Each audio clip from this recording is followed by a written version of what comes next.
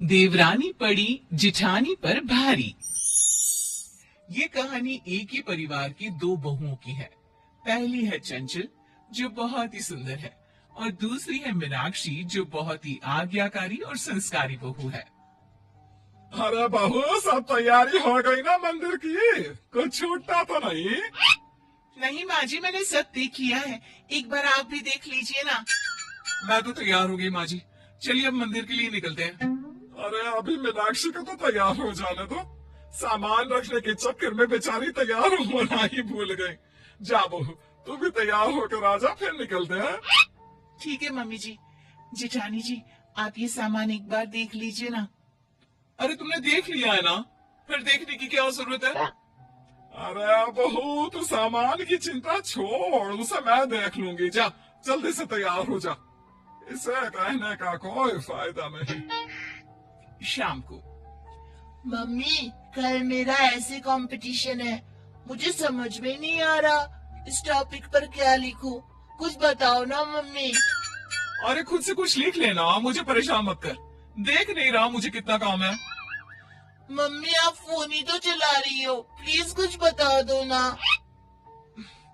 इधर आजा, मैं बता देती हूँ। मम्मी कुछ काम कर रही है ना।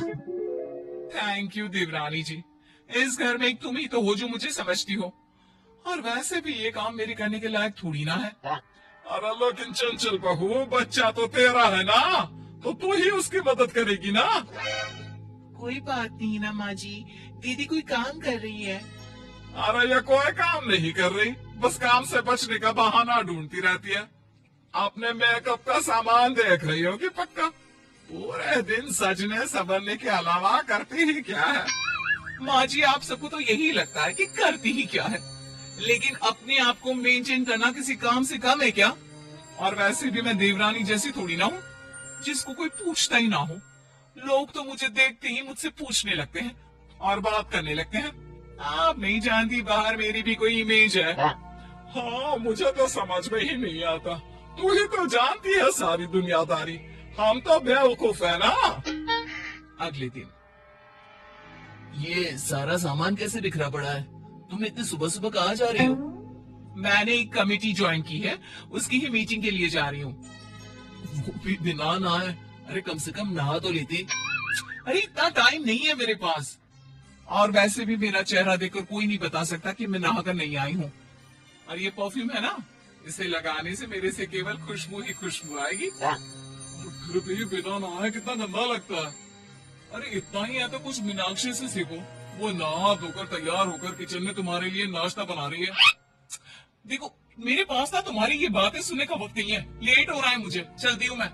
और वैसे भी उसका पति क्या कमाता है सब जानते हैं, वो काम नहीं करेगी तो क्या राज करेगी? जेठानी नाश्ता करके चली जाती है। छोटे के लिए ऐसा मत बोलो, जितना कमाता है परिवार के लिए काफी है। और वैसे भी मैं जो कमाता हूँ तुम तो उड़ा ही देती हो। कैसे सारा सामान बिखेर कर चली गई, क्या होगा इसका?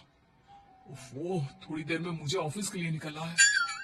लीजिए भैया आपकी चाय, और आप सामान की चिंता मत कीजिए, बाद में मैं ठीक कर लूंगी। आप ऑफिस के लिए तैयार हो जाइए। थैंक यू मीनाक्षी, अगर तुम नहीं होती तो पता नहीं क्या होता। और प्लीज इन बेडशीट्स को चेंज भी कर देना। मैंने चंचल को कितनी बार कहा है लेकिन उसने अभी तक नहीं किया। प्लीज तुम कर दोगी? अरे भैया आप चिंता मत कीजिए, मैं सब कर दूंगी।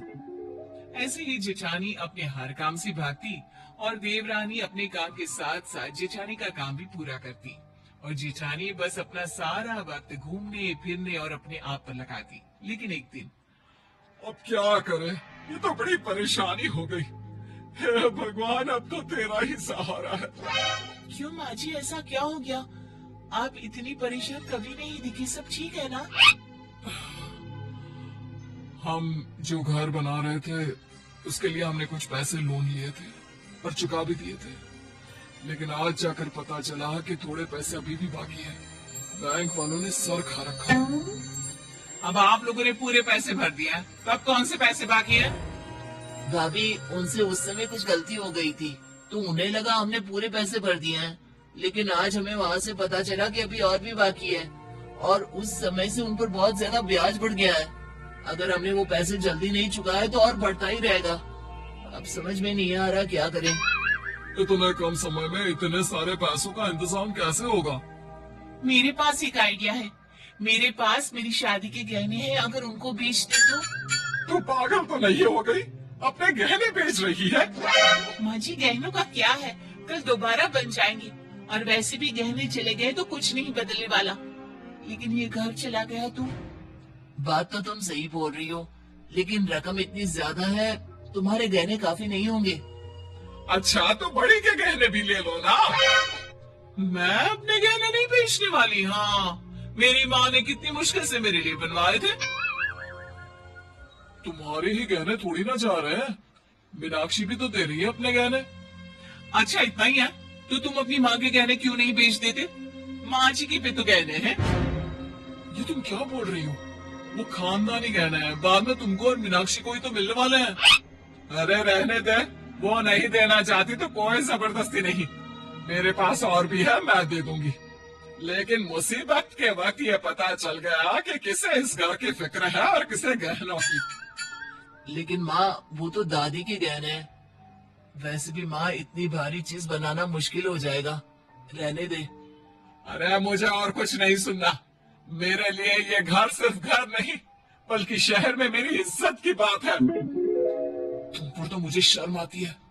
वैसे तो बड़ी बनती फिरती हो, लेकिन ऐसे बुरे समय में साथ देने की बजाय भाग गई। अरे, अब इसमें मेरी क्या गलती है? वैसे अगर गहने नहीं पहनूंगी ना, तो बाहर मुझे कोई पहचानेगा भी नहीं। हाँ भैया, सही बोल रही है जेठानी जी। वैसे तो आप अपनी सुंदरता की इतने झंडे गाड़ती रहती हो, लेकिन ऐसी सुंदरता का क्या फायदा जब आपका मन ही मैला हो। आप ये दिखावा करना छोड़ दीजिए कि आपको इस घर की चिंता है। अगर होती तो आज यूं इस तरह भागती नहीं, परिवार की मदद करती। तू बहू अपनी सुंदरता में इतनी खो गई है कि तुझे असल जिंदगी और दिखावटी जिंदगी में फर्क नहीं पता। तू बस दिखाती है, लेकिन मीनाक्षी कुछ बोलती नहीं, दिखाती नहीं, बस करती है। माँ, आप सही कह रही हैं, मुझे माफ कर दीजिए। मैं झूठे दिखावे में पागल हुई जा रही थी। ये कहकर देवरानी जेठानी दोनों अपने गहने रखकर ससुराल वालों की मदद करती है।